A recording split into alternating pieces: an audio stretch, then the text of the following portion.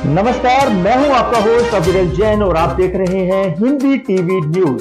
हिमाचल प्रदेश व अन्य राज्यों की छोटी से छोटी और बड़ी खबरों के साथ शुरू करते हैं शाम की खबरों का बुलेटिन। हाई कोर्ट के फैसले पर सीपीएस से वापस ली गाड़ियां, सचिवालय में खाली करवाए दफ्तर। हिमाचल प्रदेश हाई कोर्ट के फैसले के बाद मुख्य संसदीय सचिवों के सचिवालयों में कार्यालय खाली कराने के आदेश जारी कर दिए हैं और कुछ दफ्तर खाली भी कर दिए गए हैं। सीपीएस के साथ लगाया गया स्टाफ भी वापस बुला लिया गया है। गाड़ियां इनसे वापस ले ली गई हैं। प्रदेश सरकार ने बुधवार शाम को ही आदेश जारी कर दिए थे। यही नहीं, इन सीपीएस को सरकार की ओर से दी गई सभी सुख सुविधाएं भी हट जाएंगी। सरकारी कोठियां भी खाली करनी होंगी। बुधवार को हाई कोर्ट के फैसले के बाद सचिवालय में सीपीएस के कमरों में सन्नाटा पसरा रहा। कई भी सीपीएस सचिवालय में नहीं दिखे। 7 मंत्रियों के साथ ही इन सीपीएस ने गोपनीयता की शपथ भी ली थी।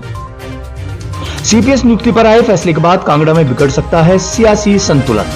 मुख्य संसदीय सचिव पर आए प्रदेश उच्च न्यायालय के फैसले के बाद प्रदेश के सबसे बड़े कांगड़ा जिले में राजनीतिक संतुलन बिगड़ सकता है। पालमपुर से विधायक आशीष बुटेल और बैजनाथ से किशोरी लाल को सीपीएस बनाकर मुख्यमंत्री सुक्खू ने प्रदेश सरकार में राजनीतिक संतुलन बिठाने का प्रयास किया था। इससे पूर्व में वीरभद्र सिंह, प्रेम कुमार धूमल और जयराम ठाकुर की सरकार में कांगड़ा से 3-3 मंत्री बनाकर जिले को मंत्रिमंडल में पूरा अधिमान मिलता रहा है। वर्तमान सुक्खू सरकार में पहले 1 साल तक जवाली विधानसभा क्षेत्र से चौधरी चंद्र कुमार के रूप में महज एक मंत्री रहा। सरकार के 1 साल कार्यकाल के बाद जयसिंहपुर विधानसभा क्षेत्र से यादविंदर सिंह गोमा के तौर पर दूसरा मंत्री कांगड़ा से मिला था। मंत्री के एक खाली पद के लिए अब हटाए गए सीपीएस भी लगाएंगे जोर।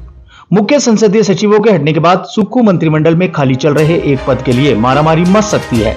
सीपीएस से हटते ही विधायक अब मंत्री बनने की होड़ में खुद को शामिल कर लेंगे।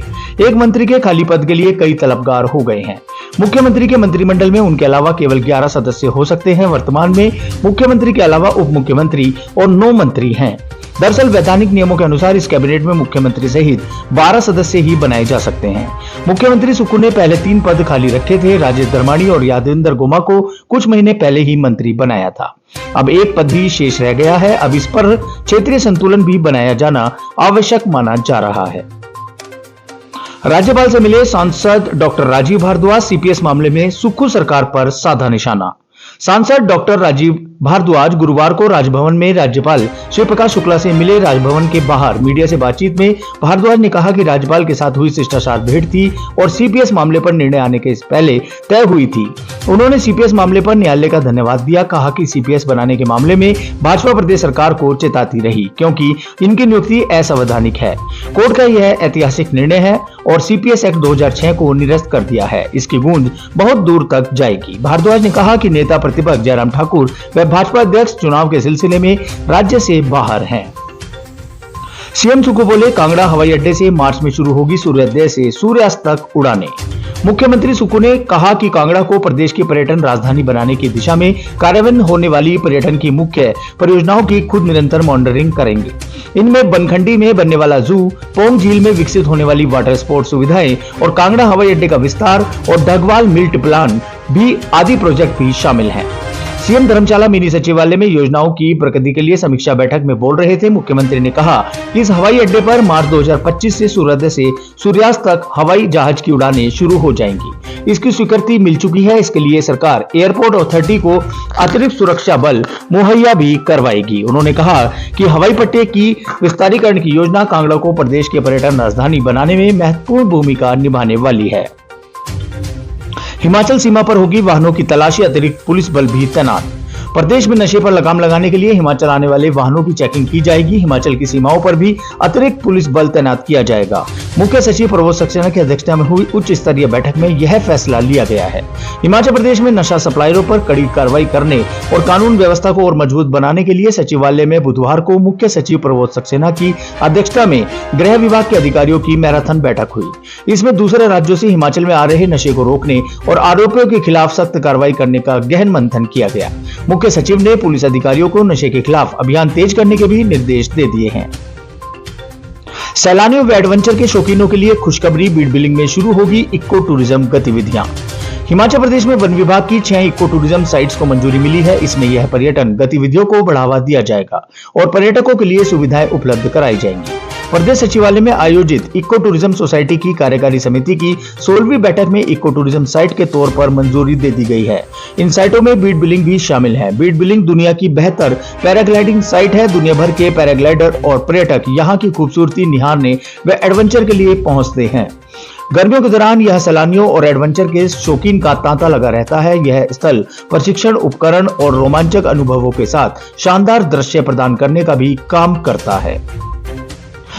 संजौली मस्जिद विवाद में स्थानीय लोगों को पार्टी बनाने का आवेदन हुआ खारिज। चर्चित संजौली मस्जिद में अवैध निर्माण गिराने के आदेश को चुनौती देने वाली अपील पर जिला अदालत में गुरुवार को सुनवाई हुई।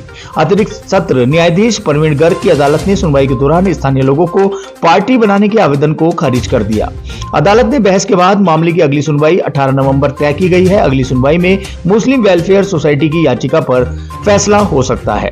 पोटा साहिब के रहने वाले अपीलकर्ता नजाकत अली हाशिम ने 5 अक्टूबर 2024 को निगम आयुक्त के फैसले के खिलाफ अपील दायर की थी। उन्होंने आरोप लगाया कि मोहम्मद लतीफ की ओर से जो हलफनामा दायर किया है वह गैर कानूनी है। रियल एस्टेट कंपनी का कर्मचारी 3 साल में बन गया करोड़पति। क्रिप्टो करेंसी में धोखाधड़ी कर बनाई अकूत संपत्ति। क्रिप्टो करेंसी धोखाधड़ी में एक रियल एस्टेट कंपनी का मामूली सा कर्मचारी विजय कुमार जुनेजा 2-3 वर्षों में ही करोड़ रुपए की संपत्ति का मालिक बन गया। मुख्य आरोपित सुभाष शर्मा व उसके सहयोगियों को पहले क्रिप्टो करेंसी का नगद पैसा संपत्ति में लगाने के लिए उकसाया। बाद में एक एक कर सभी को चूना लगा दिया। पंजाब के नाभा रोड पर जीरकपुर में स्टूडियो अपार्टमेंट जैसी संपत्तियां बना दी हैं। स्टूडियो अपार्टमेंट से हर माह 15 लाख रुपए किराया आता था। जुनेजा स्क्वायर के अलावा रिवरडेल बिजनेस सेंटर के पास 4 शोरूम भी खरीदे हैं। इसमें सुभाष शर्मा भी सहयोगी था। करते हैं हिमाचल के मौसम की बात। तो हिमाचल में 15 नवंबर से बदलेगा मौसम। कई इलाकों में बारिश और बर्फबारी की संभावना। हिमाचल में 15 नवंबर से मौसम करवट बदल सकता है। मौसम विभाग केंद्र शिमला के अनुसार पश्चिमी हिमालय में 14 नवंबर से पश्चिमी विक्षोभ सक्रिय हो सकता है। हालांकि इस दौरान अधिक वर्षा व हिमपात के आसार नहीं है। कांगड़ा व कुल्लू में हल्की वर्षा। लाहौल स्पीति, चंबा व कुल्लू के ऊपरी क्षेत्रों में बर्फ के फाहे गिर सकते हैं। प्रदेश के अन्य क्षेत्रों में वर्षा व हिमपात की संभावना नहीं है। प्रदेश के मैदानी क्षेत्रों में सुबह कोहरा पड़ना जारी है। ऊना जिले में 10 दिन तक घना कोहरा पड़ने की भी संभावना बताई गई है।